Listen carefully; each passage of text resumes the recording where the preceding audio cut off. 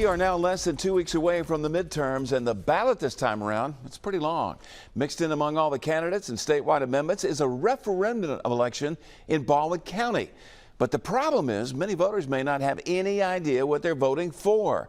Fox 10 News Baldwin County reporter Hal Sherrick explains.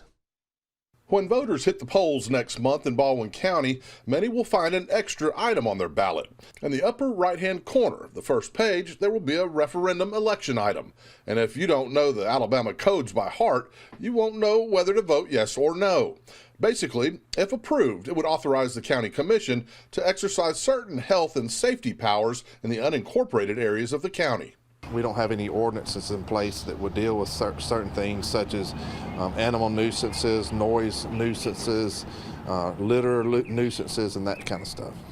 Baldwin County Commission Chairman Jeb Ball says the commission is doing its part to address complaints it's received by putting it to a vote of the people. If passed, the county could write ordinances related to safety and health issues, just like municipalities do. This is not an intention for us to overstep our capacity of what we can do and limit people's access to anything. It's just a step in a direction for us to be able to address some of the problems and concerns that people have been bringing to us. How far a reach government should have where personal property is concerned is debatable. Rusty Morris lives in the county and will have a vote. He sees both sides, but he says there's a fine line between what would be acceptable and overreach. I would not like to see them come down and say that I'm doing something wrong that's not particularly out of the norm.